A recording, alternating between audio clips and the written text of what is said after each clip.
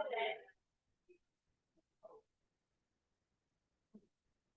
right, so like we shared just a minute ago, today's course is called Quantum Leap, and this class was written out of Gary Keller's journal, so it's kind of an interesting thing. If you don't know me, my name is Tara Smith. I am the franchise owner here at Keller Williams Commonwealth, and also attended this class. An interesting part of my story, I have to always commit to myself, I'm not going to cry while teaching this class. This class literally changed my life. I took the class in the beginning of 2014, and I thought it was a real estate course, and we are going to talk a little bit about real estate and how your purpose ties into your business, right? But I took this course, and about an hour in, I was like, where am I and what is going on? Have you taken this with me, Renee? Has anybody taken this with me? Oh, this is going to be really fun. When most students got to make you all try. But I took this course and really took a hard pause on just my life overall to really reflect on where I was and what I wanted and what I actually wanted it to look like. You guys are going to hear me talk about a little bit today about whose life are you living and how did you get on the path. And I'm going to preface this so I don't get on a bunny trail in the middle, because I do get to go down bunny trails. But what I believe, and you don't have to pick any of this up, but what I personally believe is that many of us live our life in autopilot. And autopilot looks something like when I was 5 years old or 4 years old or 3 years old, somebody looked at me, I had a Barbie doll probably in my hand, and said, one day, you're going to grow up and you're going to find who? Prince Charming. Oh my gosh, you guys already know because we probably got on the same path.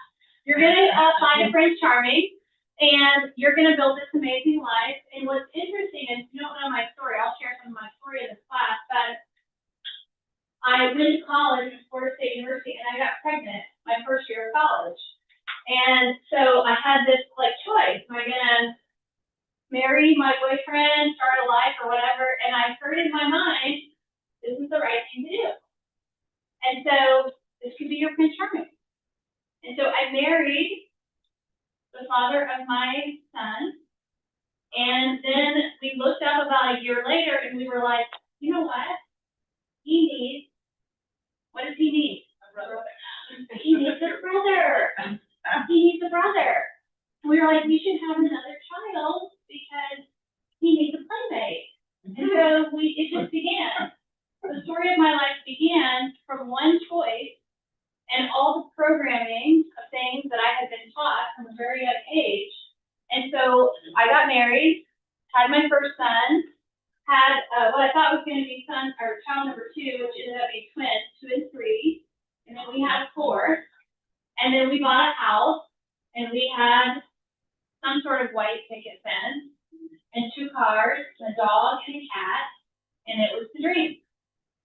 So I took this course, and I really paused and reflected on what I wanted my life to look like. And if you know me from 10 or 12 years ago, you probably know that I deconstructed my whole life. It was messy.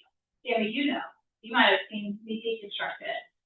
It was messy because I had to pause and just go what choice would I make if I actually was choosing, and what choices am I making as a result of programming? So that led me down a path of really just writing my own story, and that's why I'm here. So yes, I am still a college dropout, another 4 kids, and I've been selling real estate in Central Kentucky, or been licensed for almost 20 years, and have gone down lots of paths around leadership and impact, because I learned when I took this course the first time that I wanted to use my gifts and talents to change the world, and I specifically wanted to do it in the real estate industry. So that is my intro to why I'm here and teaching it. By the way, I'm not any more qualified. I am master faculty with our company, but I'm not any more qualified than any one of you to go down a path and teach a training like this and share how it impacted your life, right? So some of it will be my journey, and some of it will be lots of it will be about you. So that's how we got here today. All right, so you guys have, I can send this out if you all want me to after, but you guys, this is a 2-day course, 2 full days we're gonna do in 2 hours. So it's gonna go fast. I did fly to Austin, Texas about 1.5 years ago to listen to Gary Keller teach this. And you can be certified if this stirs up stuff inside of you. We have a designation you can get to teach this to young adults. So if you're passionate about helping people reach their potential, there is a class you can take to become an instructor and teach young adults the quantum leap journey. Okay, so I'm going to actually start by reading you guys a poem, and this poem is out of Gary's journal, and it's QR code. Yeah, that's okay. That's this. So that's just a digital copy of this, and I can send it out. Yeah. But that's this in digital form. Okay, so what I want you to do for this poem is, I know there's a lot going on and there's a lot of people and things happening, but I want you to just kind of center. If you want to close your eyes, you can close your eyes. I'm going to just read this, and then we're going to share some things we hear or observe from the poem, okay? So the poem is called This Is My Life. So I am, I will forever be. I am of this world, I am beyond this world. I listen, but sometimes I can't hear. I talk, but sometimes no one listens. I then realized that the secret of life is not in holding on, but in letting go. I know to be up, I must be down.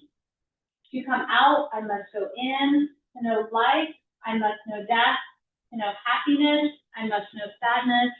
To know joy, I must know sorrow. I can walk or I can run. I can sing or I can shout. This is my life. In the constancy, I can hear the stillness, and I now see life for the first time. I see no beginning. I sense no end. I know to finish. I must start. To have yes. I must hear no. To have wind. I must accept rain. To live in light. I must also live in darkness. I surrender my life to life. I see the contradiction, and I accept them as wisdom. This is my life. I understand with wisdom comes ignorance. I understand that with left comes right. I understand that with above comes below. I understand that with hills comes dust. I understand that with knowing just comes more longing. I see each day as a new beginning, while I know it truly gives way to another old end. I finally realized that I do not need to bring God into my life, but to truly acknowledge that God is already there. This is my life. It feels like a dream, but I know that it is real. Time is fast, but it feels so slow. At times I think I know everything, and then I awaken and realize that I know nothing. I feel that I am. I feel that I'm becoming. I don't know what. I don't need to know. I can laugh. I can cry. I can whisper. I can say nothing. I can breathe. I can stop. I have a choice. I have no choice. This is my life. Life holds such promise. Life holds no promise. Life is, and I am alive. I shall be forever alive. In life I live. In death I live. For at a higher place, they are the same. I am not my body is not me. I am a human being, not a human doing. I need to be still and be, not be so active and do. My life becomes more precious as I become. It becomes less meaningful the more that I do. Less is more is less. I have a name, I am a spirit, I have a soul. This is my life. Now my spirit is set free, flying over the life given to me. All my past is below, all my future is above. I hear a million voices becoming one. I sense a million souls yearning just to become. Life has lifted me up, and God has brought me to my knees. I seek hope. I am hope. I seek faith. I am faith. I seek love. I am love. I seek life. I am life. I am and forever will be. From dust I come, to dust I go. This is my life. So what did you guys hear in that?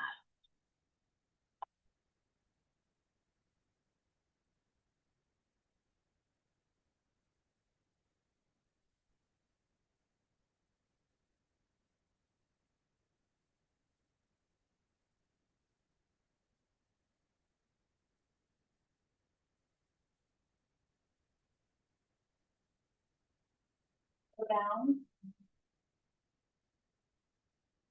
Anybody hear anything else? Settings? Anything specific? From what I heard from the call, it was like you're gonna lose and you're gonna gain. Like life is constantly a balance of losing and gaining. Yeah, like we can't have highs if we don't have lows. And how do we feel when we're low? And frustrated that we're there, right? So I think the balance is really important, because if you can understand that there's seasons to everything in life, you know that whatever season you're in is going to end and another one is going to come, right? I will do it, everything has a time, about that. Yeah, everything has a season. Anybody else hear anything specific? You can Google that, by the way. I just read that off the internet somewhere.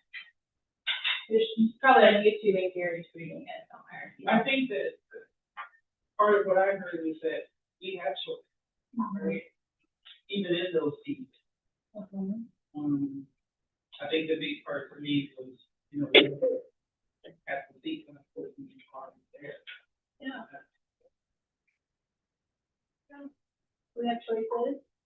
God is with us, or He's there, or however you kind of live that out. So what we're going to talk about today, I usually start with that and I usually end with it. I may not do it this because of time, but today we're going to talk about the 4 productivity areas of a wealthy life. Wealthy life. And most people, when we say wealth, what do they think of? Maybe a little money. But I want you guys to not think of money in this course. I want you to think of abundance. So being wealthy means we're living abundantly. We're living abundantly. We're in like an overflow. So the 4 key areas of an abundant life, meaning like, think about it this way, like you're maxing out your life in every area, right? You're maxing out your life. You're maxing out your potential. The first one starts with, who am I? And that's where we're going to spend most of our time today, is like, who are you? Who am I? And with what we learn when we uncover who we are, is we start to really understand kind of the purpose of our life, the meaning of it, and our potential. And so it's going to get uncomfortable. I'm going to tell you. We don't usually talk about this stuff in a lot of rooms, but I'm going to give you some space today, and I promise you, you'll need like a whole weekend on this, and maybe a couple years to figure it out. It takes time. But our recommendation, Gary's recommendation, is don't pass go until you figure that out. Or you'll look up and you'll be 15 or 20 years down the path of living in default. You'll be living what everybody else has always told you should be. And so we start there. Once we understand what we're about, we go into personal productivity. So what are you going to do with your life? Once you understand your meaning or your potential, what are you going to do with that? And that typically kind of demonstrates itself as a career or some sort of career potential. So that takes who you are and you go out and do something with it. And the third area is your business productivity. Business productivity is when we stop succeeding alone and we start building a life and a business big enough that we start to get potential and success through others. And so that's when you start to hire people in your world, and you start taking your purpose and potential and impacting other people's lives. And then the 4th area is, like, what's your money going to do?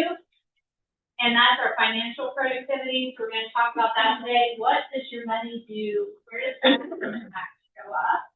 And you can succeed through and with your money. And for many people, many of you guys in the room, I imagine at some level, there's an opportunity in your lifetime, if you have an abundance of wealth, to give back, right? We teach out of the Millionaire Real Estate Agent book, and level 7 is giving $1 million a year to charity. I don't know many that have done it, but we have a pathway to do it. So if you find that you really have a heart for giving, really it's your choice how much you give or don't give. Because truly it can be abundant and limitless, right? So I'll say this, and I often say when I say this, you don't have to take this up. This is also my personal belief. But I truly believe that every single person in this room has unique gifts and talents. I believe, this is mine, I picked it up and I carry it, that I believe that it's our purpose, it's our responsibility to actualize those. And many of us are capable of much more than we actually do in the day-to-day. Because we get in our heads, we're going to talk about limiting beliefs today, but we let lots of things get in the way of our actual potential, which is much greater, right? So that's kind of the path and what we're going to go through in this course today. And it kind of looks like this. You may want to take a photo of this or circle this.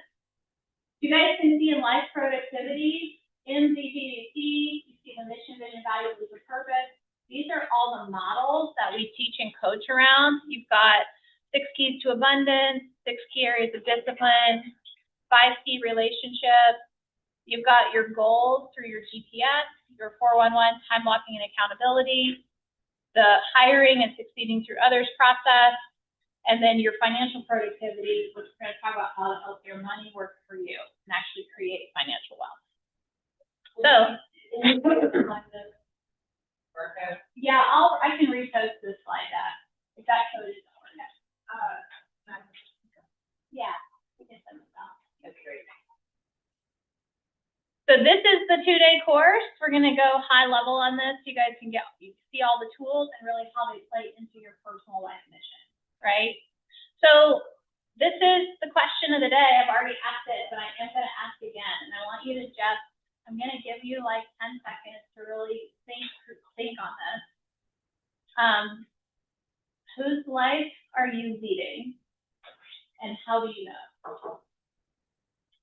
Whose life are you leading? And how do you know?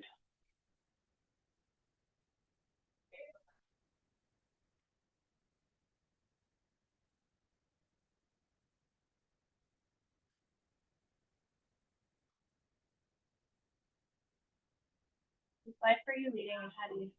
And if anybody wants to share or you have an observation from that question, you're welcome.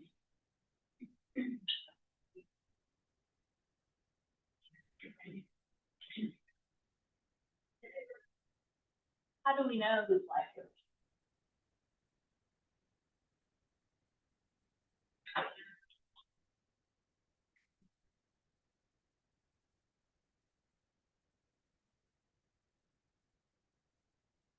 Honestly, I'm not leading my life. I'm just my client. Other people will go. Is anybody feeling a little bit of like you're not leading your life? And how do I know that? When you're not allowed. Yeah. That's what that takes it. Yeah. Yeah. Yeah. And life does happen, and we've got choices to make. And it's not saying we can't do those things. Maybe it's a gift to do those things, but it's understanding where your choice is in, right? If we were to erase that whiteboard right there, and you could draw your life to look any way you could imagine, would it look like it does today? Would you make the same choices or different choices? Right?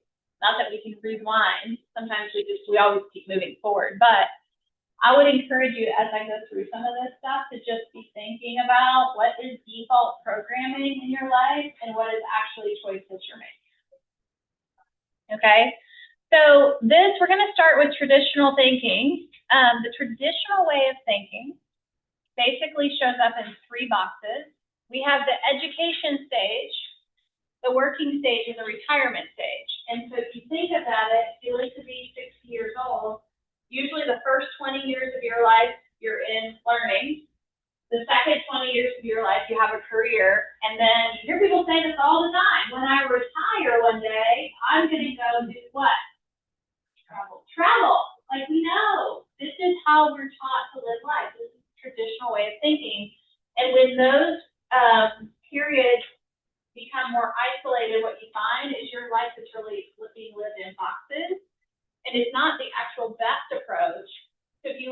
area, playing, working, and learning. And so the goal of Quantum Leap is to help you get rid of the boxes and to actually see learning, working, and playing as a part of your whole life, whether you're young, in your working stage, or you're older. All parts are equally important.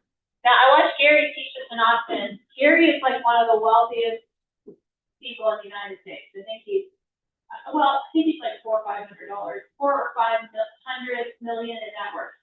So pretty wealthy, right? Like 65, he gets up and goes to work every day. All his friends are retired, and they give him a hard time about it. And he shares the story. They're like, "Why don't you just retire?" And he's like, "Why would I do that? Like, why would I do that? What am I gonna do? Go sit on a golf cart all day? Like, I love what I do." He loves what he does. If you've not heard him say this, he will say on the stage, you'll hear it. He'll say that when I die, my tombstone will say, Gary Keller, he was a real estate agent. Like, that's his story. He's lived that life, right? And this is an interesting stat. I learned this my first time taking the course. 85% of people that retire from a career and they have no purpose, meaning they have no hobby, they have no other side gig, they just retire. They get terminally ill within about 18 months. Like, it's a huge percentage of people. So having a purpose and having a reason to get your feet up out of bed every day is actually not only important for your energy, it's important for your health, right? So these are the 3 phases. This is what it could look like to do them all every week. So we do a little learning in the morning. We do a little playing every evening. And then you should have like designated work time that like you turn off. You'll hear me say that, like, what days are you taking off every week? You need to have time off because you can't fill from an empty bucket. And I'll say this again. Anybody have limiting beliefs when I show this? If anybody's brain go, that doesn't work? It does work, I promise. You can do it. So I feel like it works all the time. So when there should be playtime, there's always something that can be done. So I'm having trouble finding like how with this business do you have time that's not? Yeah, you set boundaries. Put your phone away, or somebody texted me. I answer, if I feel like answering, I answer because I love the other thing is you love what you do, right? That's a piece of it. But Sunday, somebody texted and said, "Hey, it wasn't a name, it was about me." I knew it wasn't immediately important, and I just didn't. I texted her Monday morning and said, "Hey, Sunday for me was off, and so here I am. Let me know when you can chat." And so understanding what really needs, because this business will fill your soul if you let it. It'll take all 24/7 of your 365 if you let it. And that's, by the way, that is a choice. You can choose that. My first business card said I'm always on call, and people would call me at 2 o'clock in the morning. You can choose that, right? So I just want to make sure you guys know as we go through this, you are in charge of your life. It's your life. You can make whatever choices you want. So when do we get in counterbalance? Kind of like to Renee's point, counterbalance shows up in our life when we're feeling burnout or wore out or overworked. The 3 things that cause counterbalance, number 1, and I think this is the big one, is you have no clear mission, vision, values, or beliefs. Like, you don't know why you're here and what for. And when we don't know why we're here and what for, we run around and do all kinds of things that may or may not matter, okay? The second one is we have no self-mastery or discipline. So we're living undisciplined. And number 3 is we have no clear focus specifically on the relationships that are really key in us achieving number 1. You guys agree relationships matter? Who are you trying to keep up with? Matters. If you've not been to career night, I talked about the Pygmalion effect every month. Talked about it with every person I hire, the Pygmalion effect. The environment that you're in is not neutral to your growth. The environment you're in is shaping, limiting, or unlimiting your success or your growth or your personal development. Okay, so again, wealth is abundance, and abundance means great plenty for the purpose of this class. So when we talk about wealth, we're talking about great plenty. Now, this right here, this graph, basically the premise behind this is that life is an inside to outside sport.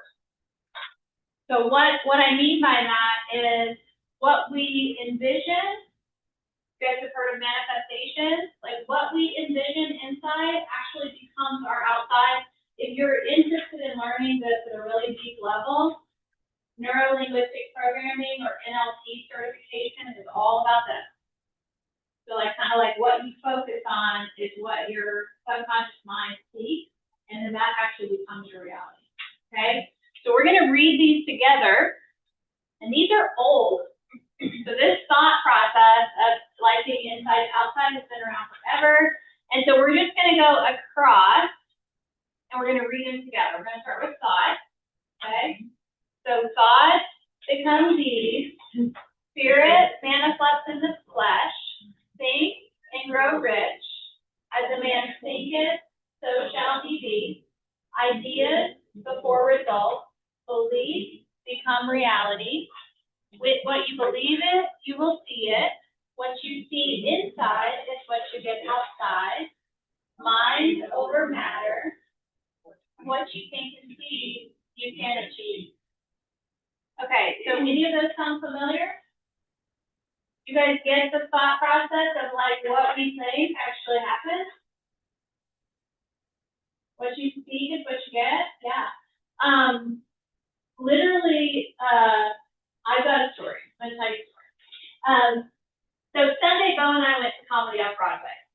Okay, and we've never been there before. Anybody been to Comedy on Broadway? Okay, I've never been before. And I happen to have this comedian that I really love, but I can't even tell you all who she is because it's so inappropriate. No, but I can't tell you who it is. It's really inappropriate. So anyway, I find out last fall my favorite comedian is going to be in Lexington, Kentucky, and I bought a ticket.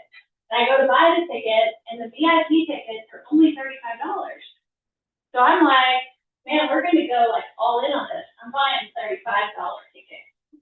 So I buy the ticket, and Sunday night comes along, and I'm like, Bo, we're going in to see my girl. We drive over. He's already talking to me on the way over. Now listen, honey. We don't want to be, where do we not want to be? In the front row. In the front row. We don't want to be in the front row. I can feel him getting nervous. We don't want to be in the front row. So if we get to one, like there's no seat numbers, like he's like, we don't want to be in the front row tomorrow. Like, so we get there, don't sit in the front row tomorrow. Front row tomorrow. Front row tomorrow. Front row tomorrow. So we go in, we buy our drink, I buy drinks, and I walk over and I'm like, give them my name, and they go, it's okay, we'll walk you down to your seat. So I say, oh, I'm gonna go on in, you come in behind me. Where did we sit? Front and center, front and center.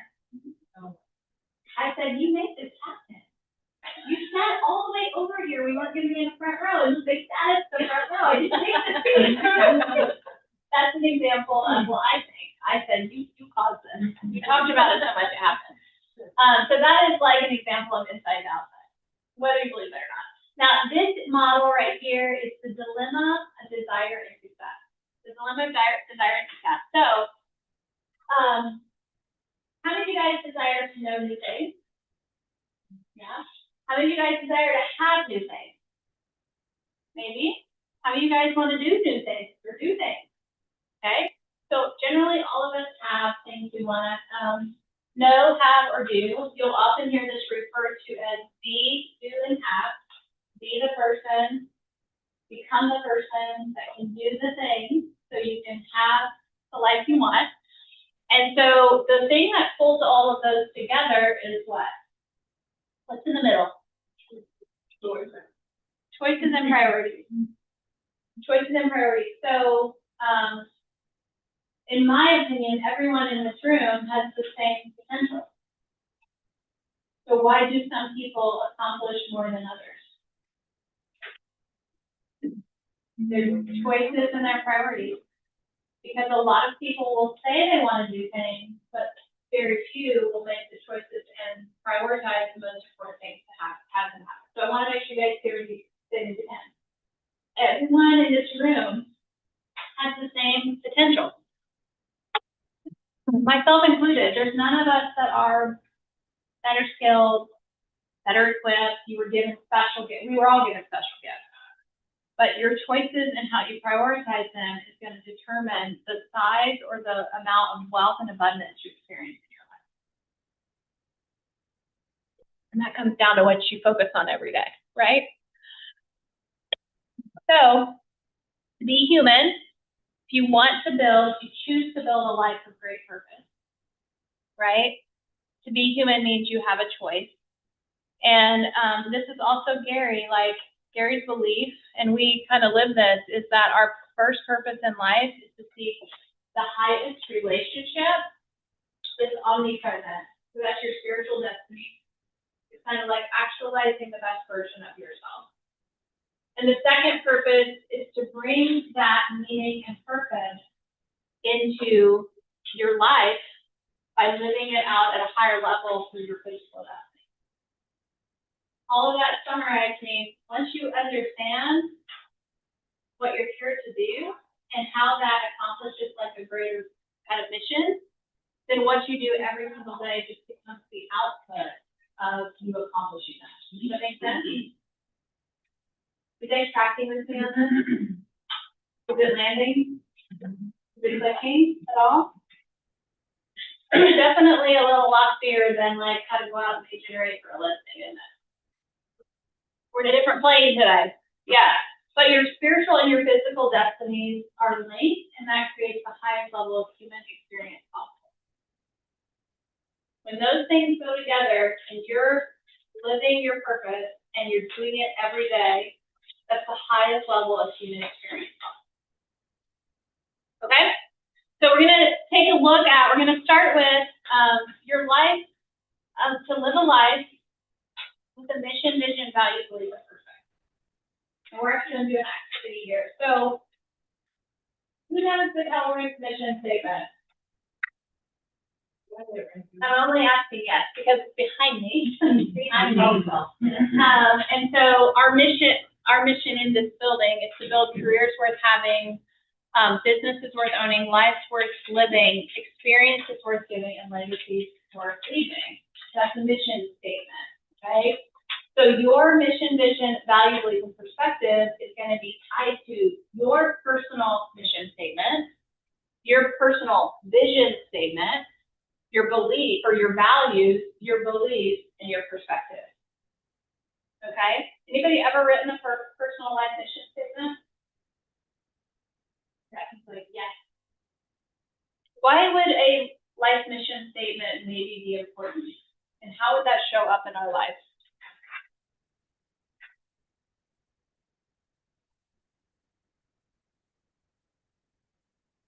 It reminds you of the romance. It reminds you of where your why. Yes. Remind you of your why? If you knew like why you were here on Earth and you were tapped into your personal mission, would it change kind of like what you were doing every day? Would it start to impact the choices that you make every day? Yeah. In what way?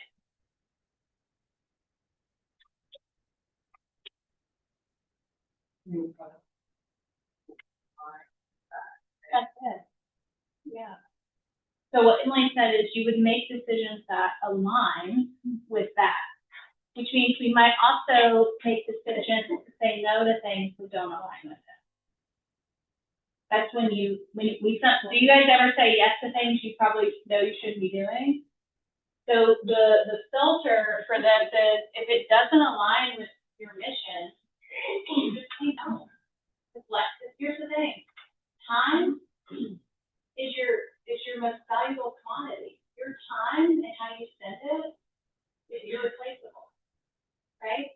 And it's not limitless. There's only a certain amount of it. So when we understand this one, it actually puts fuel in the tank every day, and we go in and we do the hard things, because the hard things are fueled by emissions, and we sometimes say no to the things that get in the way of it, right? So having this is really important. So we're actually gonna do this little activity, and I know it's probably hard to see on your sheet because it's small, but on that sheet, on this page, there is kind of these two things, and I want you guys to look at, so here on the left, what you're trying to accomplish, what you're gonna write here is your mission statement is why you're alive. This is an example of a mission statement, why you're alive. Your vision is what the world, lives, and your life will look like during and after your mission has been accomplished. So what will the world look like? What will your life and the people around you and the world look like once your mission has been accomplished? And then your values is what is important to you? What do you value? One of my values is efficiency. I just like efficiency. But what do you value? Our values here are God, families, and business. You see that in our value statement. And then your beliefs are, what do you believe to be true? What rules do you follow? And our belief system is the Y4C2P, like win-win or no deal, right? That's part of our belief system. And then your perspective is, how do you view yourself and your situation at any given moment? At any given moment. So I want you guys to just, we're gonna take about 5 minutes. On your sheet of paper, I want you to make an attempt. Again, I don't expect you to write a life mission statement and then it follows you forever, but make an attempt to create, write out a mission, a vision, a value, belief, and perspective statement.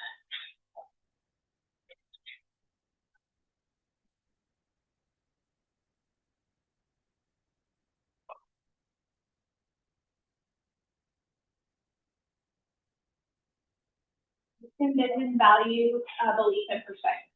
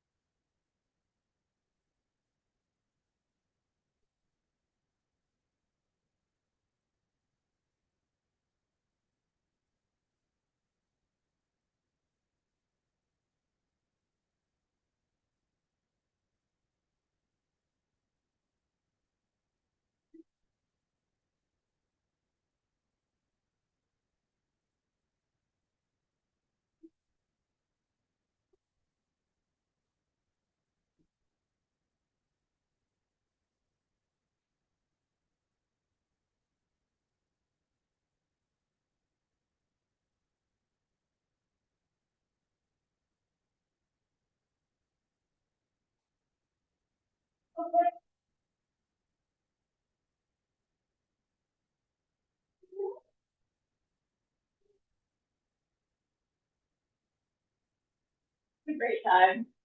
Great timing.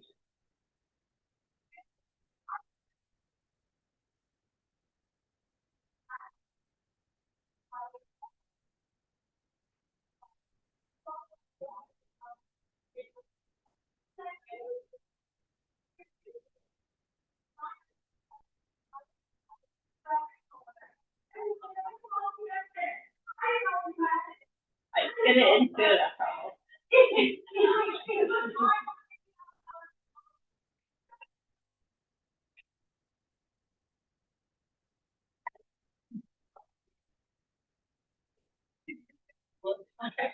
Madison goes, here I come out for him.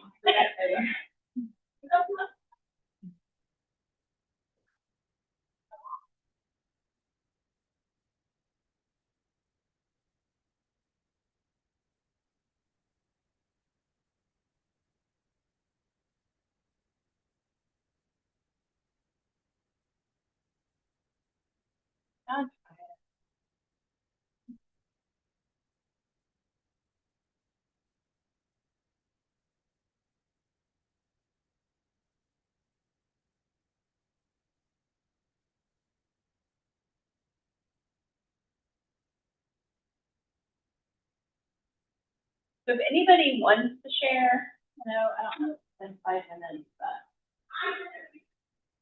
if anybody wants to share any of those or take a stab at sharing, like even your life mission statement or kind of why you feel like you're here or what you want to accomplish, you are welcome to.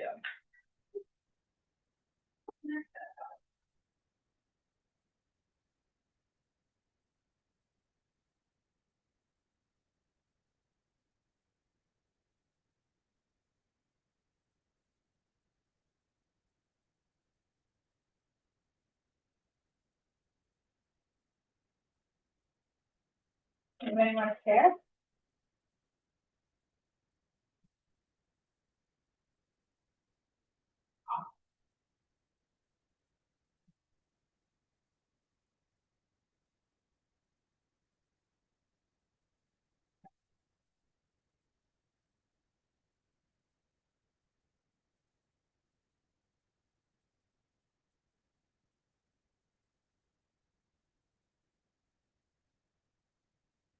You guys want an example of this, or anybody want to take a stab at it?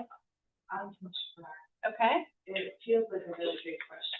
it is a huge question. So it's kind of like a multi-part answer. Like,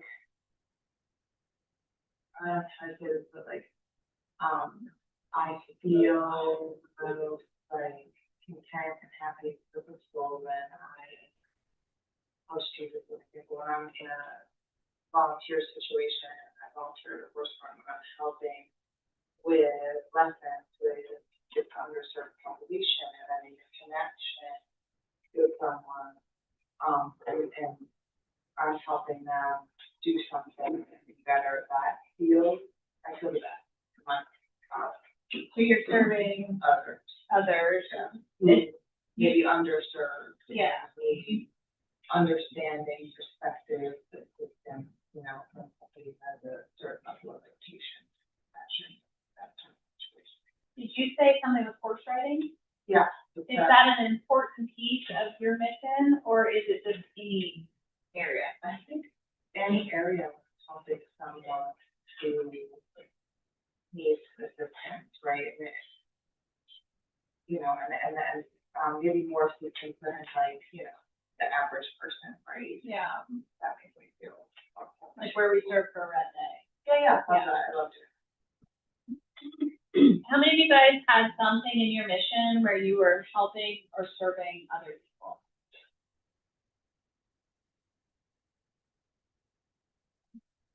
Anybody have another perspective on this? Want to share?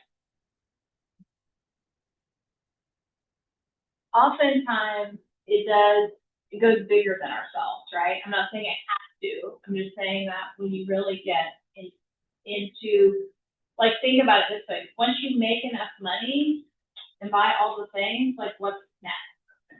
Like, what's next? Like, there's usually another reason that people do things, and money is generally not the motivator. It's like what the money can do. So then can I use you as an example? Emily gets a lot out of serving people that maybe they don't have the opportunity. So if you had unlimited resources to do that, and you could go out and just give and put together these events or retreats or whatever and spend time in your purpose, or let's just say your business funded that, and you were maybe one of the greatest donors to that cause, how would that make you feel? Then you feel great. And when we know the thing we want to impact, but we don't have the means to impact it, how do we feel? We often don't feel good, right? So everybody has their own mission or kind of purpose, and your business, all of your business should be about is funding the mission. Like, ideally, you're paying your bills, but then on top of that, how does your income allow you to fund a mission greater than yourself, if that's what you choose to do? And I'll just share, like, I know I'm going to fund a charity. I still don't know what it is. I'm 44. I don't know what it is. and I'm not gonna head in a direction without clarity, but it's gonna be a thing that probably taps into either my childhood or my personal story or people that have had a similar upbringing. Yeah. You all hear me, but it's actually from my own personal, this is my vision of life thing about women. So woman to woman, I am so glad God made me woman. I'm sorry, gentlemen. Brilliant. He's saying that.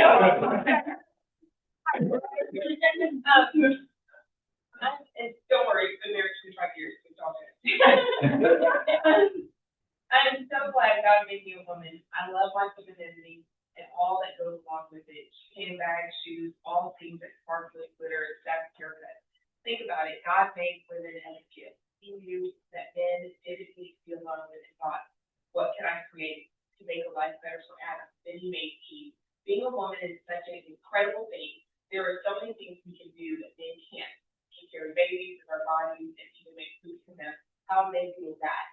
We can multitask and take the role of wife, mother, daughter, sister, and friend without skipping a beat.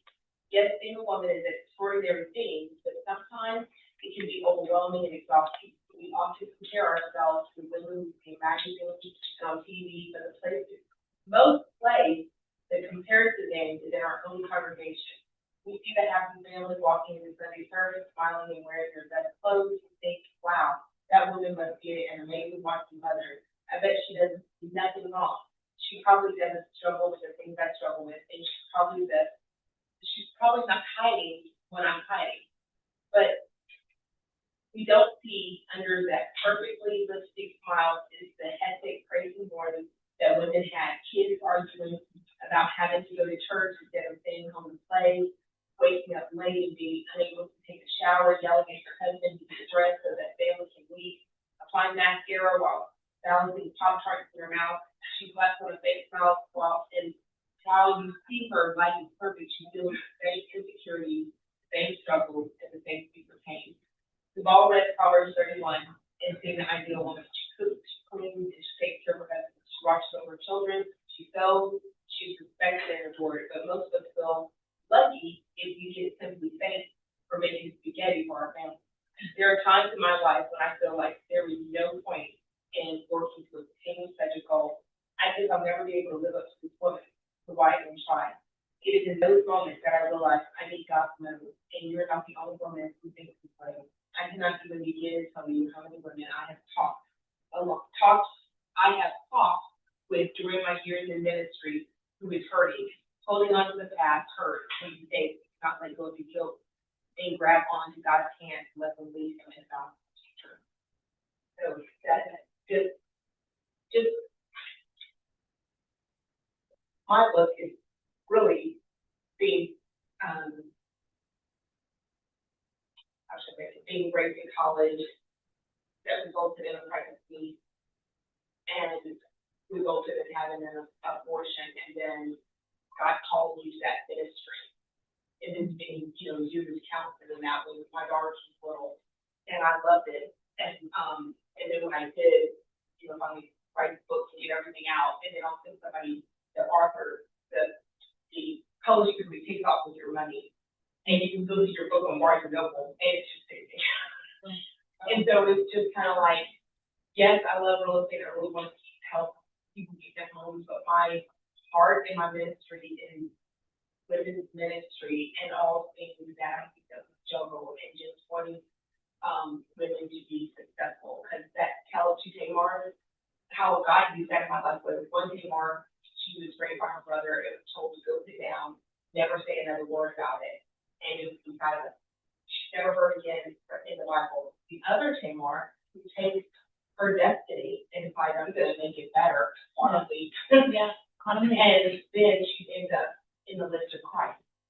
And I think as women, we all really can take anything that we're facing and turn it around and God can work together for us.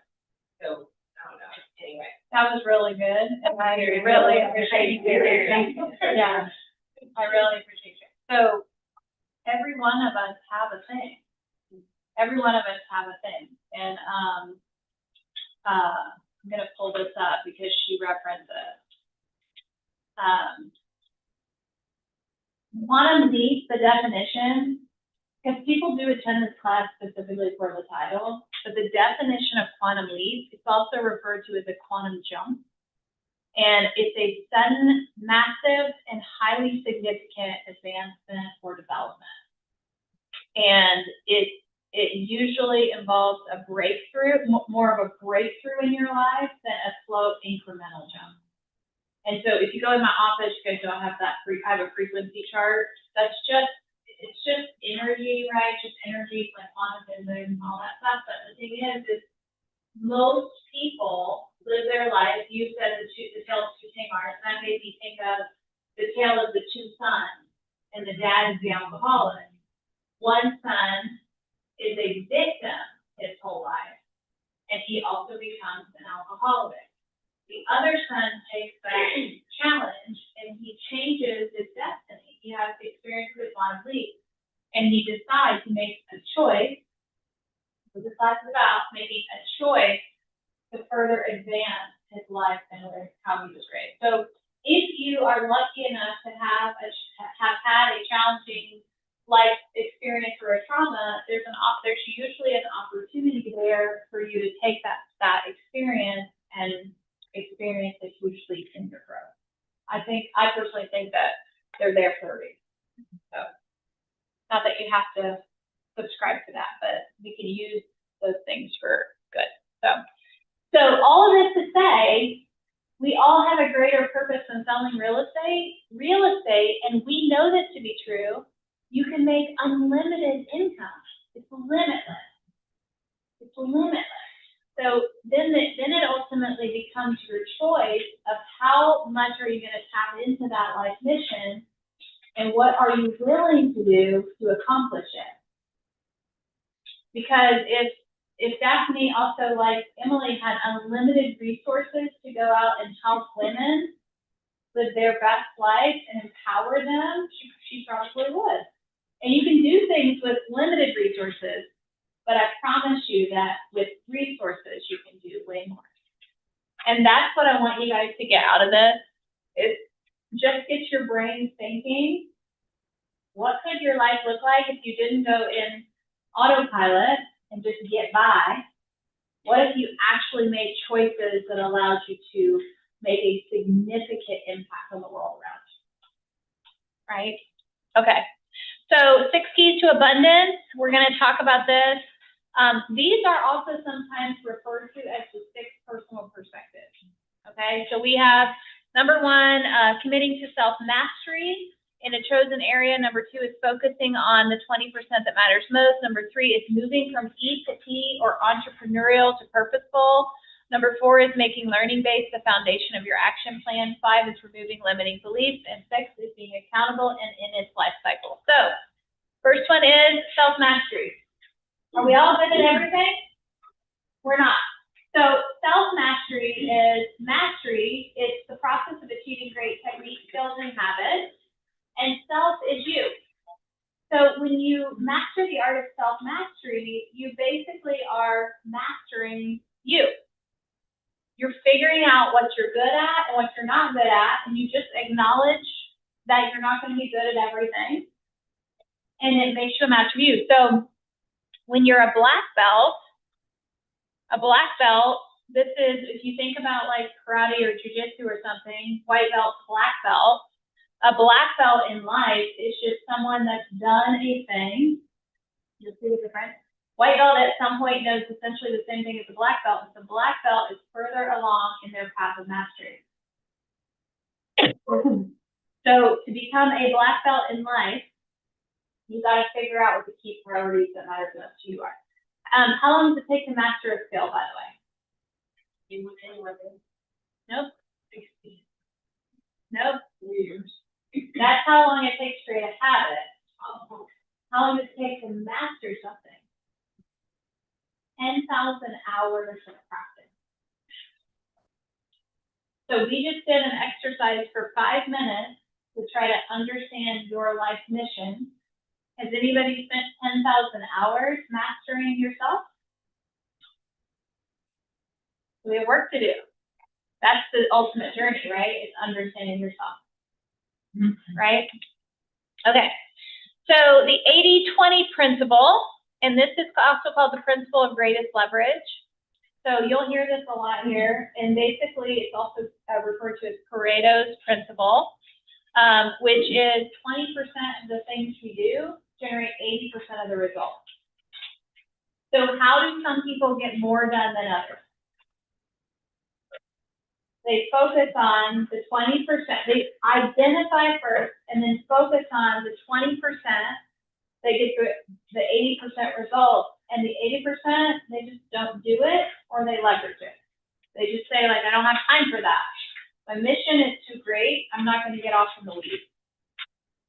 This is a hard project to get up and talk to 10 people every day in my database, but it is my 20%, and I'm not going to do anything else until it's done. That's what people that like really tap into their mission understand. I have to do the things that matter most, and everything else is everything else. So moving from E to P is moving from what comes entrepreneurial to you or natural to what is purposeful and unnatural. So every single one of us has an entrepreneurial lid or feeling. But think about it. Does anybody get like just kind of coach through high school and get A's and B's or just A's, no studying? That's kind of like me. I fell out of college, but I would have anyway, because I had no idea how to study. I just coasted through high school, never studied. I was honor society, all the things, but that just was my entrepreneurial feeling. Just like what comes natural. And if I got a B, it's fine. Just I did what came natural. I wasn't willing to put in the extra work. Sorry, I know you're like this. Trying to do something. But what happens when we do what comes naturally, we hit ceilings. You guys can see the fundamental ceiling of achievement here. We do what comes naturally. I see this in agent production every single day. I study agent trends every day in my office. 5-year trends for agents all over this market. And I can literally see them go up, down, and I go, there's their ceiling. Their entrepreneurial ceiling is either 25 units. I talked about yesterday, it's 50. I can go back 5 years and I can see every time you hit it. What purposeful people do is they acknowledge that they're hitting a ceiling and they go, okay, I've done this 2 or 3 times. I gotta do something different to get a different result. And when we choose to do what comes unnatural, generally it looks something like a different level of focus. We look at different options. We start to study models, systems, we pull in accountability, and we live a more purposeful style of like just focus overall. You'll see people hire coaches often. You'll see people hire assistants. Like they just hit a ceiling and they go, okay, what do I need to do differently to get above it? Once you break through your ceiling, that ceiling that you've been stuck at is now the new floor. You are going to hit another ceiling on your pathway of life and success. It's just going to probably look a little bit different, right?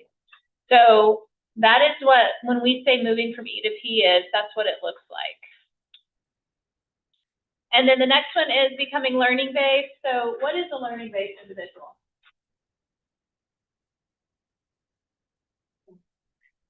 Yeah, they're curious. They're always, they feel like there's always more to learn, always more to do. And so you'll see here on the graph, this is a model. Learning-based is I know what I know and there's a lot more to know. And ignorance-based is I know what I know and I'm just going to ignore everything else. Now, when you are learning-based, there's 2 different ways to learn. Knowing for knowing's sake and knowing for doing's sake. Knowing for knowing's sake means you just go learn things to say you know it. You're not actually going to do anything with it. And so it's just like, it's empty books on your bookshelf, basically. Lots of books on your bookshelf. But knowing for doing sake means we learn something and we take action, either internally in our thinking or externally with our production, or in that order. And then that actually takes you to a higher level of self-actualization. How many of you guys have taken a class and been like, that's amazing, I'm gonna go do it, and then we don't touch it? Yeah, I did. One year I spent on my journey, $50,000 in coaching and training. So just to give you perspective, $50,000.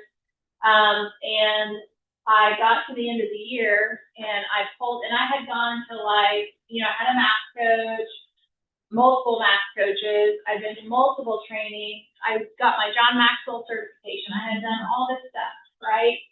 And at the end of the year, I pulled all the things off my bookshelf and I put them out on the floor and took a picture. And then I just sat and reflected on what have I done with them? What have I done with them? Now, it did grow me, right? I felt like it was an investment in myself, but I know that every one of those manuals had to-do lists that I probably didn't take action on. So we want to be knowing for doing sake. And these are languages that we hear, or this is language or different learning processes, I should say. Number one is kind of the easiest way to learn is you read something. And number two is you lecture. Number three is you discuss. So I want to learn something new. We're going to get in and have a conversation. Number four is participatory. That could be role model and role play. Actually, that's already down there, role model and role play. 5 would be a case study. 6 would be role model. So let me show you how I do it. And role play would be now you're showing somebody else how to do it, and they're giving you feedback. 8 is a structured experience. Now you do it, and I'm with you. 9 is personal practice, and the top way to learn something is to teach it. If you want to master a skill, teach a class. It's interesting. We actually, with ALC this year, I went to the ALC and I said, what are you passionate about in an area that you want to grow in? I didn't say, what are you exceptional at that you're just crushing? I said, what are you passionate about that you want to grow in? And now I want you to go teach that for the year. She would teach 12 sessions of that thing. So that is the path to mastery unlearning. This is limiting and unlimiting beliefs. So, I think I have a definition here. Nope. Okay, so a limiting belief. This is actually one of my favorite personal perspectives. So a limiting belief is anything that limits your potential. So if I say, every single one of you can go out of this room today and set 3 appointments for buyers or sellers.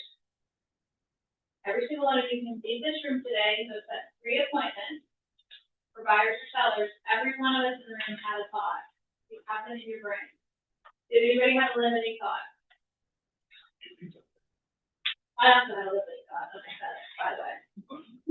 So, a limiting thought is anything that limits you or your ability. And I want to make sure you hear this. Your first thought is a result of your programming.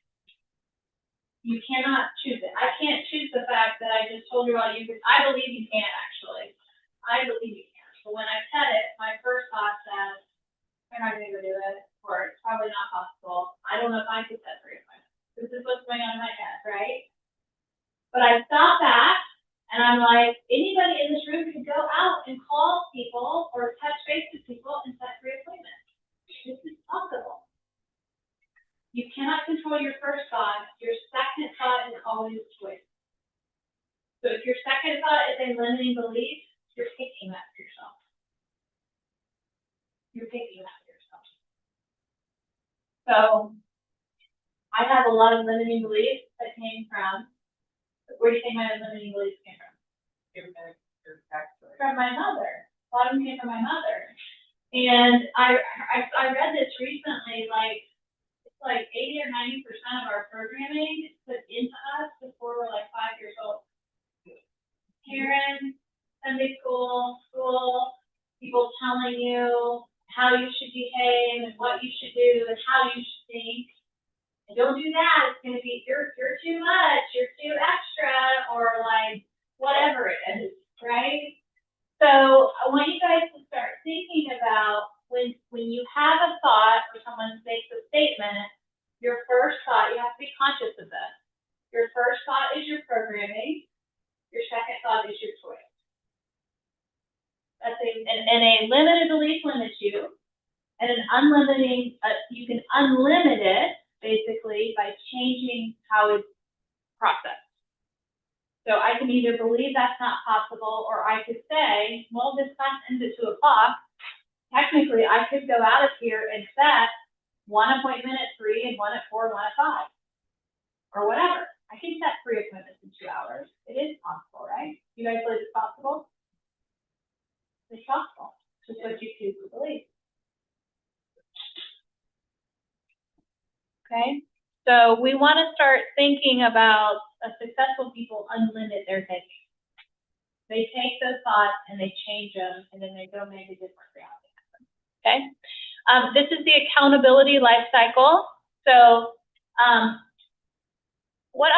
the story I usually tell here is I got divorced in 2014, and I could take it. I decided to get divorced. But I spent 3 or 4 years blaming my husband for it. Interesting, right? And I lived in victim for a long time. I lived in victim. And I actually got really just sick of my own self. So I went through divorce. I had friends. All my friends were divorced moms that drank alcohol. And we would sit around and talk about, who we talk about? We sit around and talk about our ex-husbands all the time, and how awful they were, and how they wrecked our lives, and like all the things. And at some point, I went to, I think it was the second time I took this class, and I started talking about who you surround yourself with. And I'm like, man, I've been like stuck in the same place for 3 or 4 years. And they were like, well, you know, who you surround yourself with matters. And I thought, everybody in my world is also kind of stuck. And we're all doing the same things all the time. Nobody's really growing. And so what I learned in that session was this, which is the only way to change. So you guys can see in the middle, life happens. Life is always going to happen. Whether we choose it or someone chooses it for us, right? Life happens. We can go into victim, which is avoiding reality, fighting reality, blaming other people, having personal excuses, or waiting and hoping. Sometimes I hear people say, well, if it's meant to be, it'll be. I'm programmed now. I've taught this enough and I've experienced enough to know that if it's meant to be, it will be, is you giving control to somebody else. You want to take ownership of your life, you're going to move up into accountability, which is seeking reality. Like, what is actually happening here? I'm stuck and I don't like it. And then you're going to say, okay, this is what's happening. This is the way it is. And then you're going to take ownership. Like, if I want to change this, it's up to me to change this. And then the fourth one is, what can I do to change this? And then we go do it. And in that time in my life, and you guys probably heard me share this before, but I literally sat in that class and they said, if you want to change your reality, change the people you surround yourself with. And I sent an email out to 4 or 5 people. And basically, it sounded like, in my brain, will you be my friend, yes or no? I felt like 5-year-olds. But I emailed 4 or 5 really successful people that were on the path I wanted to be on, and I said, hey, I am going to do something amazing with my life. And what I understand is I've got to have the right people around me to make it happen. Would you consider, like, anything with like, if I could get on a call with you, would you coach me? Could I be in your world at any level? Because I highly admire and respect you, and I feel like being in your proximity will grow me, and I'm worth the rest. And some of them answered and said, oh, that's really cool. I'm happy for you. And some of them said, let's get on a call next week. And I did change my reality that year, it was 2016 or 2017, by changing people that I was surrounded by. But also I had to take ownership and say, hey, you fixed it. You married the guy in 2000, right? you pick this one, and this isn't a dig on my ex-husband, it's just choices I made that put me in a place that wasn't fueling my life mission. And I had to make a choice, right? So, if you're interested in this, a great book to read is Extreme Ownership by Jocko something, Extreme Ownership, and he challenges the belief that really everything that happens to us in life happens as a result of our choices. Good, bad, and that. Jocko, I think it's Jacko. He's like a Navy SEAL, maybe. If you Google Extreme Ownership, it will come up. It's a big book. Okay. And then basically all of these things, when we put them together, actually, let me go here first. This is your key relationship. So in your life, there's you. And a lot of people live in a bubble and they think life's about them. But the reality is that your life, or you, there are people that the work you do every day determines wealth for them. Who might those people be? Who do you determine wealth for? Could be the things that you're funding, it could be your mission, it could be a charity, it could be over on the right, your family, it could be, well, and I'll say this, on the left, these people generally feed into you, mentors, role models, people you love are on the right.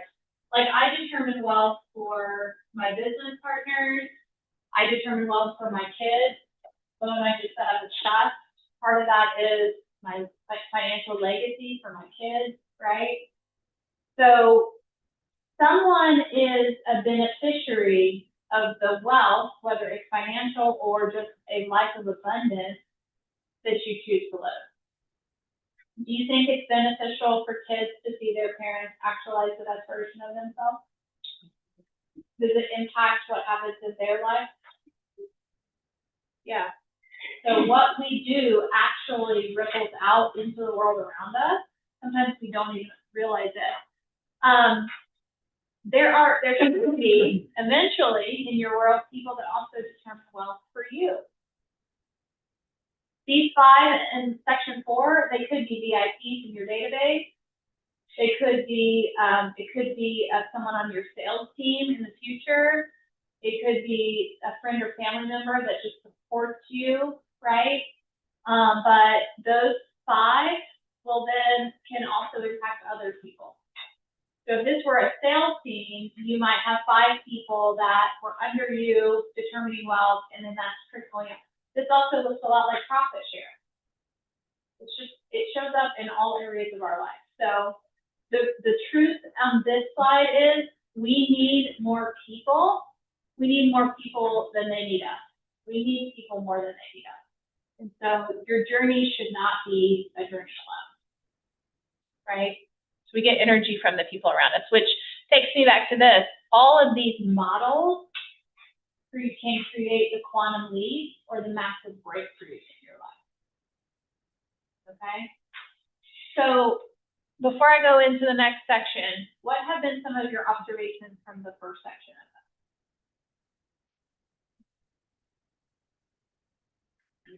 What are you guys hearing or learning from this?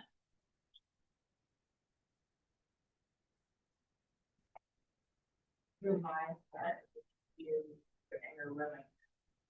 Your mindset really, the limit. How do you keep that on pace? That motivate you to realize Your mindset and your motivation is, as I said, is a huge piece of helping you move through life and make change. Making the right choices. Yeah. I like knowing that the first side is programming and the second is choice. Because when you said that, my programming came through immediately into that. Then immediately when I could go into the. But it's nice to know that everyone has that programming and that it's okay to initially have that thought, but to go beyond it. Yeah. I didn't know that. Yeah, we did an exercise, yeah, it's crazy. There were bubbles above all of your heads, and I said a word. And I'm gonna use the word sex, just because that's what they taught us in NLP. So they got up in front of the room, and they wrote the word sex on the board. And they went around the room and said, what does that mean to you? Every single person in the room had a different perception of that word. Some were like, well, it's male and female gender, it's an activity, it's how babies are born, it's male and female. I mean, it went on and on. There were 40 people in the room. I didn't hear a single two people have the actual same definition. So that's all programming. It's like how you perceive things and what they mean to you. And then you get to choose what you actually want it to mean for you. Like you can say, like, I kind of want that to mean this for me. Yeah. So when I say things sometimes in a room full of people, I can actually see on your faces it's meaning different things for people. All of you guys are programmed, it's going in and out of your brain and you're processing it differently. So yeah, you can choose thought number 2 or reality number 2.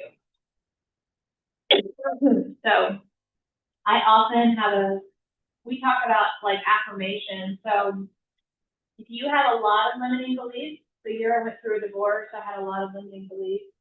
And I bought the book, You Are a Badass. Anybody read that? Jen Sincero read it. At the end of every chapter is an affirmation.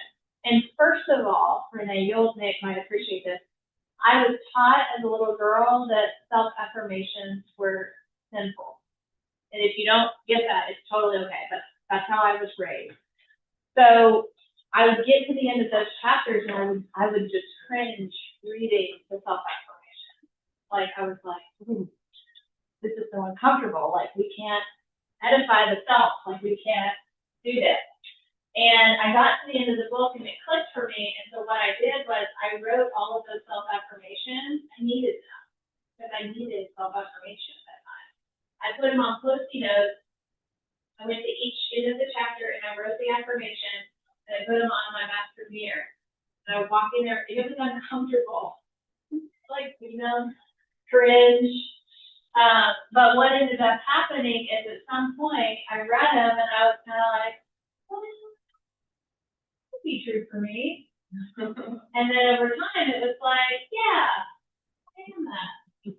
And then I started getting energy from it and I would wake up and I believe that to be true of who I am. So you can also take a limiting belief and you can write an affirmation and start practicing it. And I do this with time a lot. So sometimes I wake up and I'm like, oh my gosh, I don't know how I'm going to get it all done today. That's a limiting belief. And I have an affirmation for that. There's enough time to get the most important things. There's more than enough time to get the most important things done. And I just reverse psychology myself. And I go, okay, let's go do this next. More than enough time to get the most important. But have you guys seen my time block? I manage my time. And I manage my time because it's my most precious commodity. And when I leak time, I feel the weight of me stealing from my mission. That's how heavy I carry that. And I'm not saying you have to because it's not a lot of fun, but you won't see me wasting a lot of time because I feel the responsibility of doing the things I need to do, right? So, however that shows up for you, but I love that. I hope you all heard something around limiting beliefs and programming that will help you pick unlimiting things for your life. Any other One observations? of the things that I keep hearing you say is, the limiting belief piece of it, but there's always those lessons that kind of took you to the next step, because when we talk about life happens, it does. And you're going to have to deal with every life lesson or thing that, comes along. And not that, God doesn't say that we won't have a good life. It's just, there are going to be challenges and bumps in the road. And still in kind of learning from those bumps in the road. That's what I kept hearing you say when you say, oh, cringe, look at that thing. But I say, no, you know what? I think that's in front of me. Right. So it's really always looking at that piece about how life happens and how we are able to get over that hump. Because sometimes the things that happen in life, or that does limit our relationship. See, I told you, I knew that would happen, but then we gotta, think back and say, but despite that happening, I still can move forward. Yeah, this is a personal philosophy. Again, you don't have to pick it up, but I truly believe we pick. I believe we predetermine our life challenges as a pathway to self-actualization. This is just my own belief. I think we pre-pick the hard stuff, and those are our opportunities to have these leads. So then if you get into a hard time and you go, well, maybe I actually picked this. Maybe there was a place I picked it. How is this working for me? And what do I need to learn here? And then you reframe it. So this is really hard. How is life working for me in this? And what do I need to learn here? And then you just go, okay, what's the lesson? What am I supposed to get out of this really hard thing? It actually gives you power back to make choice. So, okay, well, there's something in this for me. We just gotta find it. Yeah. Okay, so 6 lies between you and success. So I just told you how people kind of limit their life. So these are the 6 lies that people believe that limit them. Lie number 1 is everything matters equally. That's a lie. Not everything is equal. Multitasking is a lie. Living a disciplined life, living a disciplined life. Actually, living just a completely disciplined, and you'll see on your 2 balance lives, it's a lie. Willpower is always on call. Like your willpower to do things, having that all day, every day, it's not true. And then living a big is bad is a lie. Big is bad is a lie. So we're going to jump into these 6 things here quickly. So everything matters equally. We've already touched on this. Not everything is equal. And high achievers always work from a clear sense of priority. Like they know what to focus on. We call that the 80-20 principle. But super high achievers go a step further. So if you look down here at the bottom, if we looked at our day and we made a task list, right? 25 items on your task list. The principal would tell us that 20% of those, or 5 things, are the focus. But someone that gets really disciplined, they're going to say, what's the one thing out of the 5 that by doing it, everything else becomes easier or unnecessary? What book is that from? From the One Thing book, which was in Gary Keller's journal 30 years ago. Where it came from. Pretty interesting, right? Number 2 is multitasking. This is big.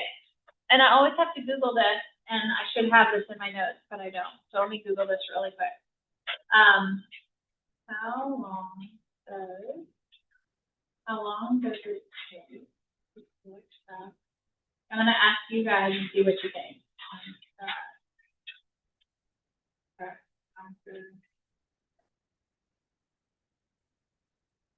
So this is also in the One Thing book. Okay, so when we are doing our work, if you look at the bottom, you have a focused workflow. You start a project and you end a project. And it could take a certain amount of time. Let's say it's going to take 20 minutes.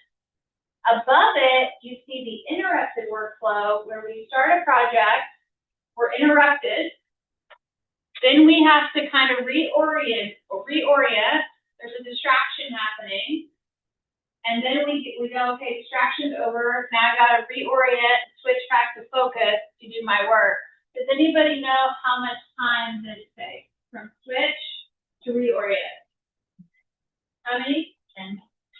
Good, if you're lucky, it's 10. Somewhere between 8 and 25 minutes. So I want you to think about it. You come in to do lead gen, you're like, I'm going to do lead gen for an hour. You start, and we got this going on next half your lead gen right there. And then if you're like a lot of agents, we start again, and then we get interrupted again. So you can actually get more done if you stay focused on a task than you can if you're interrupted multiple times. It's harder to reorient. And they studied this, and they basically said, this Clifford Nash did a study, and he studied people that felt they were really good at multitasking, and they found time and time again that actually they were pretty much just like bad at it. And the people that focused on one task were better at it. So, this is the discipline life. So we actually don't need more discipline than we have. A lot of people think they need more discipline. You just need to direct and manage it better. And we touched on this earlier, but it takes about 66 days to form a habit. So if you want to get really good at something, you practice habit forming. And so once you've done it 66 times or 66 days in a row, it actually gets harder to not do it than it does to do it. Most people aren't disciplined enough to do it for 66 days. There is a really cool worksheet for the 66-day challenge, and you can find that on kellereinc.com under the resources. And you can literally pick a challenge and you can mark off each day. Maybe it's Legion, maybe it's exercise, whatever it is for you. But the trick to success is to choose the right habit and bring just enough discipline to it to establish it. So, anybody done a 66-day challenge? I need your homework. Have you done one? I did the 75. Okay, 75 hard? 75 hard. I did that. That was great. Yeah. It was very tough. I had to work here, you know, that everything was crazy. It was like 4 or 5 days before I was finished with it. But I messed up, you have to restart. You have to So after a couple restarts, you're like, Does it get easier as you get to the end? It gets easier. The more you do it, it's almost like you teach. yeah. And check off the box. And I was totally hooked on it. The water was a good thing. That's Just what I use do. water. Yeah, so the longer you do a thing, the easier it gets. And then what we see happen with really successful people is they do what's called habit stacking, which is they'll get one habit and then they'll stack another one on top of it. And they'll start to get multiple habits going. So they look up and their day is just a series of activities they do over.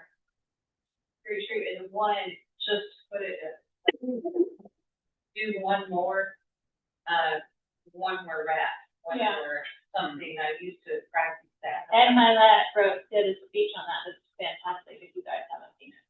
The power of one more. The power of one more, absolutely. This fast is tough. I really appreciate this. I needed this right now. Yeah. I used to have great habits.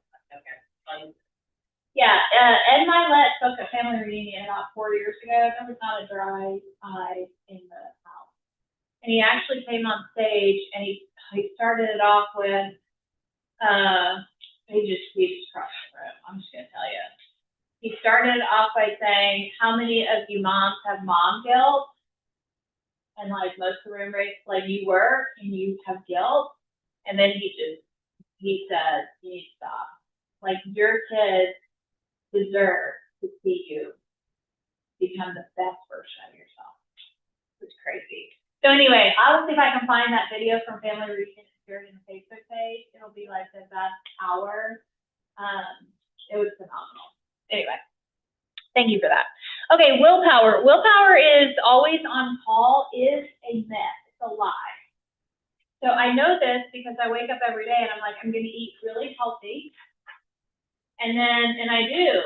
But by 9 o'clock tonight, I will be eating jelly beans by a handful. And I promise you it will happen. And every night I put the jar somewhere where I'm like, it's going to be really bad if you go pull this jar out. And then tonight I will be eating jelly beans. So this is a true thing in my life. So what this tells us is, so your will is your ability to say yes to what you need to do, and the power to say no to everything else. So you're saying yes to one thing and you're saying no to everything else. That's willpower. That actually happens at the highest rate first thing in the morning. Happens first thing in the morning. Generally, you get out of bed and your willpower is high and your ability to focus is high. That's why we generally recommend you regenerate first thing in the morning, because you've got more push to get behind doing the activity. That's one reason. So To make good decisions, you want to, it's more than just like wisdom and common sense, like you want to play on where your energy is. And I'll say this, if you really study your energy, there are actually days of the week that it's higher. And there are times of the day that it's higher. But for most people, if you sleep like you should sleep, you're going to wake up in the morning with the highest level of energy and willpower that you will have all day, usually before day. So, and then this is a balanced life. I'm going to actually read this. So I want you to imagine life as a game in which you're juggling 5 balls. The balls are called work, family, health, friends, and integrity. And you're keeping all of them up in the air, right? But one day you come to understand that work is a rubber ball. If you drop it, it will bounce back. The other 4 balls, which is family, health, friends, and integrity, are made of glass. So if you drop one of those, it will be irrevocably scuffed, nicked, and perhaps even shattered. And that comes out of the James Patterson book. But essentially, you guys can see these zigzags. This is work in life. Your life and your work are always going to be doing that. And sometimes work gets over here, and sometimes life gets over here. And that's normal. We're always counterbalancing the two. What gets challenging is if you stay counterbalanced or one of these pulls you to an extreme for too long, it can actually impact the other and damage it.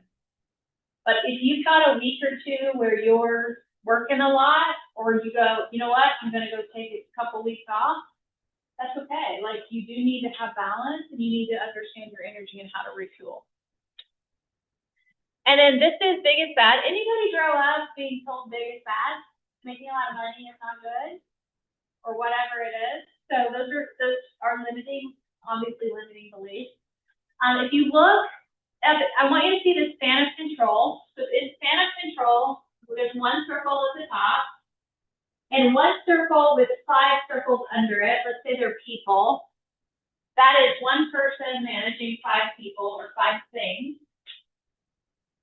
The organization on the right is one person managing 5 things, and those 5 things are managing 50 other things. So you do have a span of control, and in scaling business models or with people, you should never have really more than 5 people reporting to you. So you can build something really big if your span of control stays manageable, stays small. Yeah. So when you guys look at this box at the bottom, how big is your box?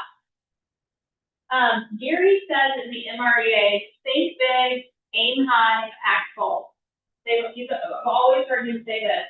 You're going to be better suited to have a higher goal that you miss than you are to hit a lower goal that maybe you hit. You can see that on here. And I want you to focus on this box here. What, how, and who.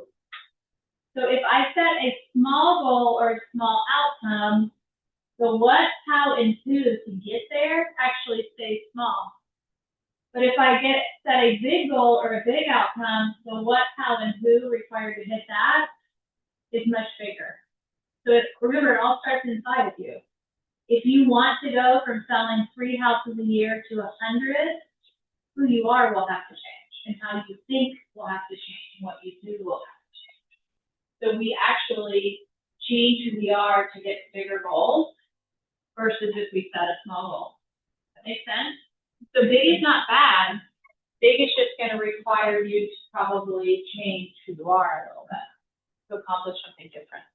You will not, probably won't hit the big goal staying in the small box. So, all right. Now, the next section, I'm going to touch on these. A lot of these models you guys are already using, but I want you to understand how we got to them and what they're for. So, when we ask the questions around goal setting, so you guys have your mission. We know why we're here. So the things we do should be funding or fueling that. And that's how we set goals. We don't set goals arbitrarily. Now we say, well, I want to have $25,000 a year to help empower women. So how does that build into my business plan? Or I want to go out and build a real estate career that serves veterans, because that's part of my mission. How am I going to do that? So your goals and how you set goals should be based on your MVVBT, not the other way around. So we look at our mission, and our goals fund the mission. Number 2 is how do you develop a plan based on the goals. And the plan to achieve your goals is your 135, also called GPS. How many of you guys have done a GPS? Quite a few of you. Yep. And then your GPS, which is an annual planning tool, we utilize a 411, which answers the question of how do I know what to do monthly and this week in order to be on target with my plan. So that is the 411, which is a model. And then how do I know how to prioritize my actions? We ask the focusing question. The focusing question is the one I asked, which is, you'll see in a minute, but what's the one thing such that by doing it, everything else becomes easier or unnecessary? How do we get it all done? We time block, manage our time, and then how do we stay on track if we build in accountability around that thing, those things, the plan. Okay, so I'm going to just kind of briefly show you these, so these models, at least you understand what they look like. So this is your MVVBT. This is a GPS. So this should look kind of familiar. Your GPS is your goals, your priorities, and the strategies you use to get there.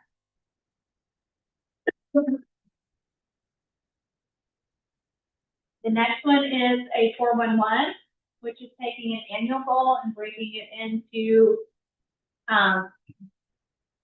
monthly goals, and then what you do each week. So it should be really clear. If you're really tapped into your goals, you kind of should know what you should be doing every single day, like specific, big rocks and actionable items to accomplish an annual goal. This is your focusing question. What's the one thing I can do such by doing it, everything else is easier or unnecessary today? Practice asking yourself that every morning. See what happens.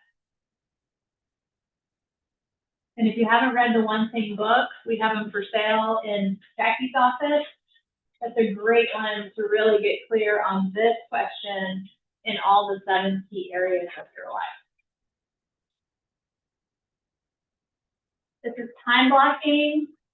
And then just remember, we want to have playtime, pay time, and organizational time, or like I shared in the beginning, learning time, working time, and playing time. And then accountability. What is accountability? Holding yourself or someone else accountable for the big stuff, prioritize plans to do. Yeah. Having either self-accountability or someone else hold you accountable to what you said you were going to do. Most people need outside accountability to accomplish their goals. Most people are not self-accountable enough. So where do we find accountability? I don't know, I'd love to have accountability partners, but they raise us. We learn all the time. Well, if you're in coaching, 11 o'clock on Fridays. Yeah. Yeah. Yeah, we tried it before, she's doing it fast. Yeah. It's gonna be duplicate here. Yeah. Didn't need to do it fast. Coaching, I mean, a coach is a great way to have accountability, whether it's with Beth or an accountability partner. It's a great way. If you're not in that program, coaching through Mass is a great way, but most people's got to have a little skin in the game on the accountability piece for it to be effective, meaning you can't have a free accountability partner, but you got to find somebody that's going to like whip in shape if you don't show up well. So somebody that's highly accountable. Okay, so business productivity, I'm going to touch on this quick. This is basically what I would consider our career business process, career visioning, or the KPA, Keller Personality Assessment. If you have not taken the Keller Personality Assessment, which is just a behavioral assessment for you in your real estate career, get with me after class, I'll send it to you. It's free. This kind of tells you how you show up on that, but that is the process we train around for hiring. Like, so when you're ready to take your business to the next level and hire an executive assistant, we've got an entire process on how to hire, how to do assessments, how to train their first 90 days, how to retain people. And that whole process is called career visioning. So I just put on here, you know, have a process that you can use, that you can actually master and learn from, and start to identify really talented people and bring them into your role. And then how do we compensate our leverage? We teach that as well. If you're in the top 20%, I do a lot of consulting on this. This is kind of my lane. And then these are all the tools for MREA, organizational charts, job descriptions, their first 90 days, and then talent management. I have this in a binder also in my office. If anybody, and they're also in Connect. You can pull all these things out. I just put a drive. These are hiring tools, and then we also have them for market centers. So that's kind of the business productivity is now you're taking what you're doing and you're impacting other people because your business has scaled. And like, do we need our business to scale? Yes. We just talked about this, big isn't bad. Like, you're gonna have an opportunity to have a greater impact if you can get focused and build a business that scales than you will otherwise. Not that I'm saying you have to do it.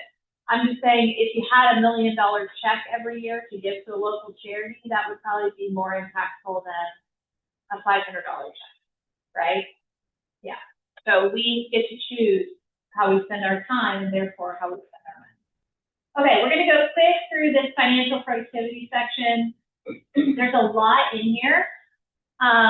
So the purpose of financial wealth, I wanna make sure you guys hear this like really loud and clear. The purpose of to finance the material foundation for you to achieve your personal mission for your life. That is the purpose of wealth. It's to fund your personal life mission.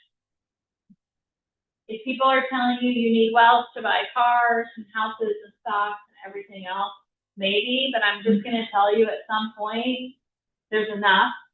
And I actually kind of find that the more wealthy people are, the less they actually need. This is what I've learned. The more wealthy people are, the less they need. They want to do other things that like leave a legacy and make an impact, right? So a financially wealthy person is someone who has accumulated wealth that delivers the unearned passive income necessary to become self-actualized and achieve their personal life mission. So this goes another level to, do we have enough passive income to fund your life mission? Give enough passive income. That's a financially wealthy person. Okay, so wealth is a state of mind. The truth is, the most common mistake we make is looking outside of ourselves for what we should find inside. Success is no exception. Just as the source of true happiness lies inside of you. Your success comes from within. Success is a result of a very specific mental attitude. Success is a result of your mindset, right? And so I love the truth about the wealth.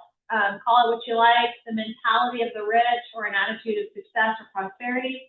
Financial wealth is the outward manifestation of your inside focus. It's the result of steering thought toward a specific financial target. And then genuine wealth is a state of mind. You must begin by being rich and wealthy in your mind before you can become financially rich and wealthy in your life. So again, it starts inside. If you get up every day and you think that you're poor, guess what's gonna happen? What's your identity? You're gonna have more of that coming in. If you get up every day and you have gratitude and you believe you're wealthy, you'll find that true wealth will follow that mindset. Okay, So the next slide is the 6 truths about money.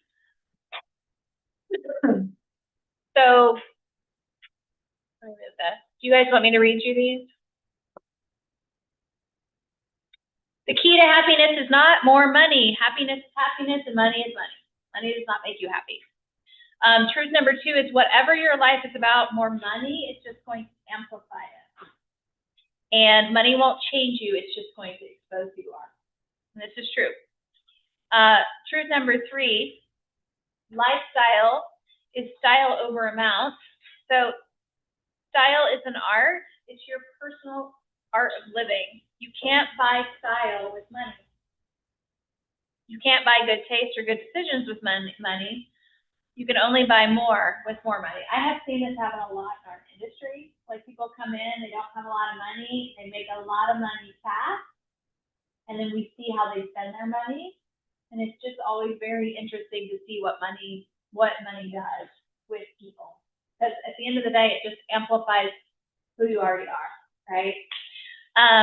Truth number 4, the life quest is to have the best life in the time available to us. It's not the amount, it's the value. And money doesn't buy value as it pertains to having the best life possible.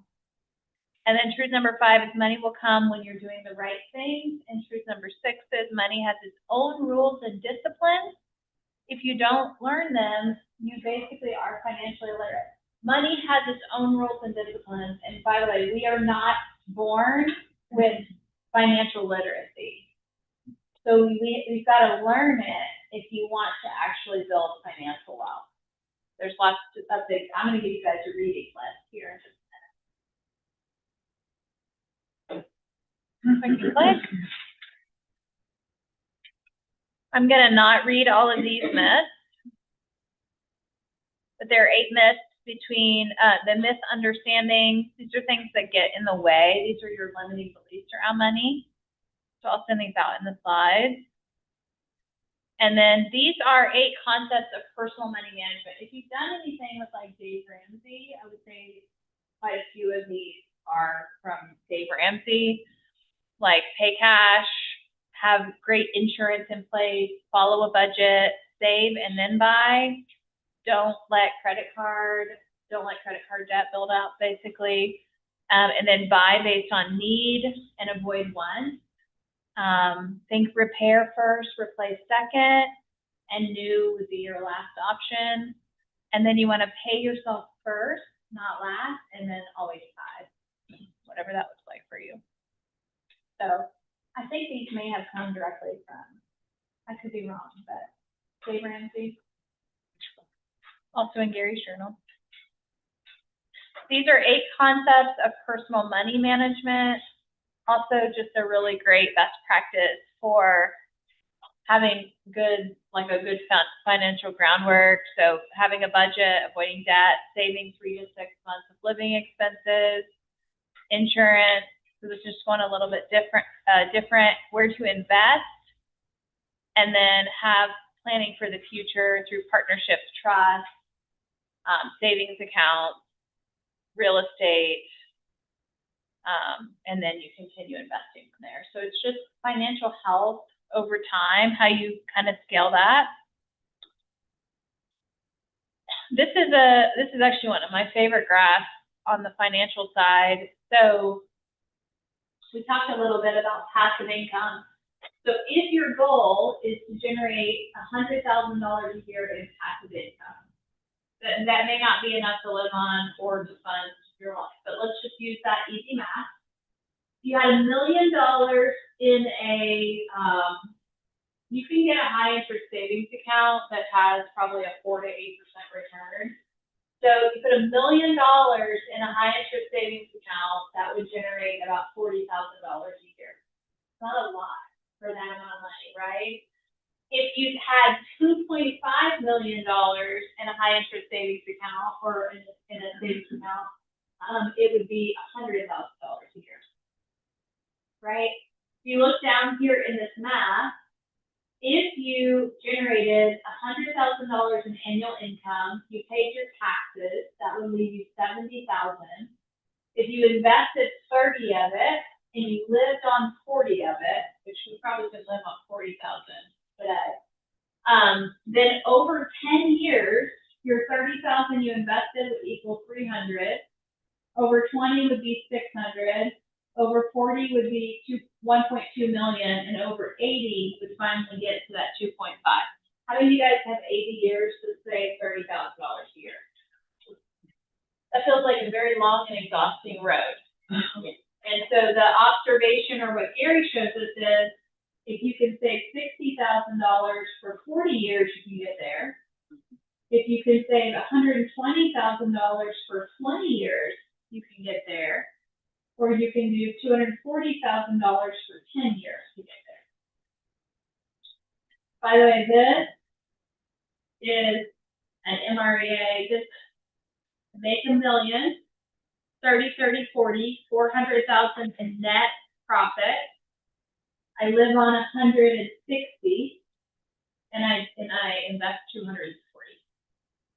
That make sense? So that is building a big business that funds kind of a financial future over a 10-year period of time. Is Isabella going to retire in 10 years? Yeah. You can do other things. Yeah, that's another thing. Passive money, this is a big one. Comes up in a lot of training courses. When we talk about capital, there's two types of capital. There is human capital, which is you're working for the money, and there's capital assets where your money is working for you, right? So those two kind of go down into what we would consider cash flow. And when you have cash flow, whether you're working and making money or your money is generating, like dividends, like you have stock or something creating dividends, your cash flow, you have four options. You can spend it, you can donate it, you can save it, or you can invest it. Based on those choices, we're gonna probably try to do, if you're investing it, you're gonna typically do that one of two ways. You're gonna lend money to things to get a return, or you're gonna own things to get a return. Lending money to get a return would be like money markets, CDs, bonds, stocks. Somebody else controls it, and you get a return on it. And you're active, that's passive. Your active ownership of things could be you financing things. It could be buying businesses, or it could be buying real estate. Things you own that generate income for you. And that all generates financial returns. So that's the passive money graph. I'm not going to go over that. Oh, I didn't have Gary's reading list. Is it in your slide? Oh, there it is. Okay. 10 ways people keep from being a millionaire. They business their capital or their reserves. The lack of trust in paper wealth. The lack of proper balance between paper wealth and cash flow. So having a lot of money in the bank is different than something creating cash flow for you. The urge to be liquid. The overuse or improper use of your debt. The urge or need to live high on the hog before their cash flow can support them. The lack of seeing people as the real investment. People, best investment. Best investment in people. They don't have a written wealth plan that they trust. They spend more than they make or all that they make, and they don't study the rules of money or investment. These are the things that get in the way of people really building, being millionaires or having a millionaire net worth. And then this is a suggested reason. You guys want to see the picture? A little bit bigger than your slide. If you are going to have that in the email. Yeah, we'll probably post it in the Facebook group. Yeah. Somehow when I can download it, Yeah. I appreciate that. Yeah, you'll be able to click on those and open them and see it a little bit bigger. Thank you. We have Flip, Hold, and the Millionaire Real Estate Investor. We definitely have the Millionaire Real Estate Investor in the bookstore. It's the blue one, which is a really great, just simple overview of investing. And that's the end. So, we're 5 or 6 minutes after, but would love to hear your final takeaway from the 2-day class you took in 2 hours. It's exactly what I need, and I need to set boundaries. I'm way too late, I'm overwhelmed with too much, and I need to figure out. I really need to work on and all of the solutions that's offered.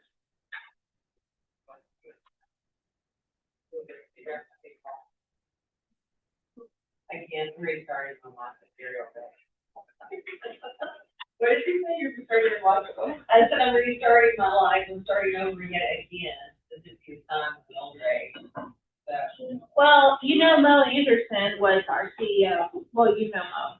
A lot of you guys don't know Mo, but Mo made a huge impact on our company, and she brought culture. She is the culture person. And she started as CEO of Keller Williams when she was 58 years old. I think 58. And she was never, there's a book, she wrote a book called My Joyful Life. It's in my office.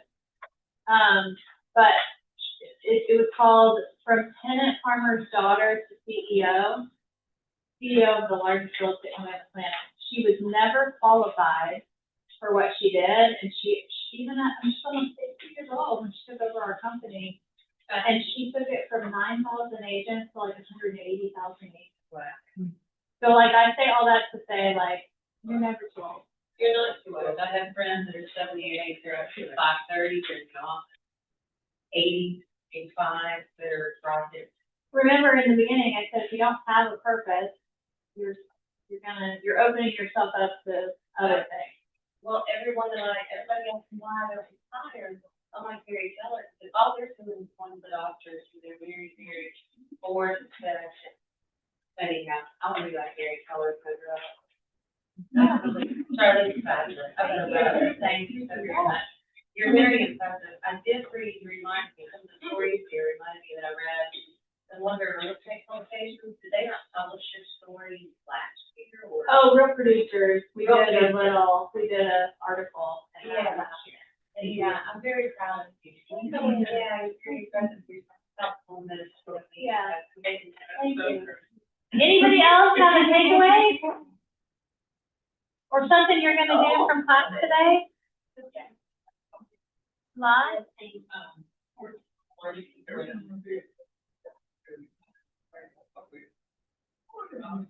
You can go, just talk louder, don't listen. Oh, you don't want to say it, okay. Anybody else? Observations or takeaways? Mariah? Get her contact on. Mariah? How cool. I said 5:30. Oh, okay. I was just stuff. We were trying to figure out that loop, but it's not working. Oh, okay. Have you emailed Scott Roy? Okay.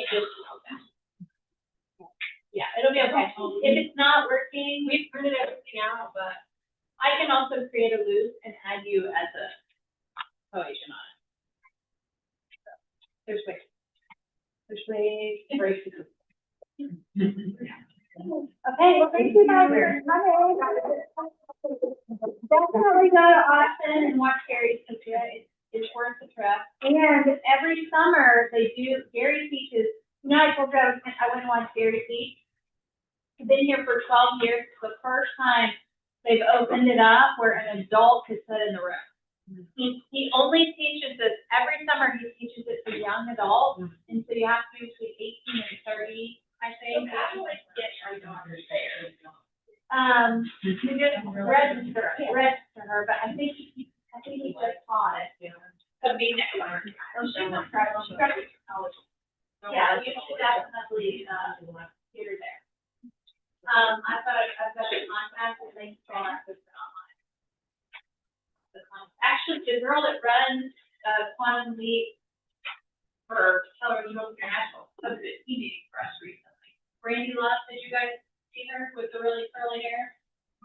Yeah, she's very passionate about Quantum Leap.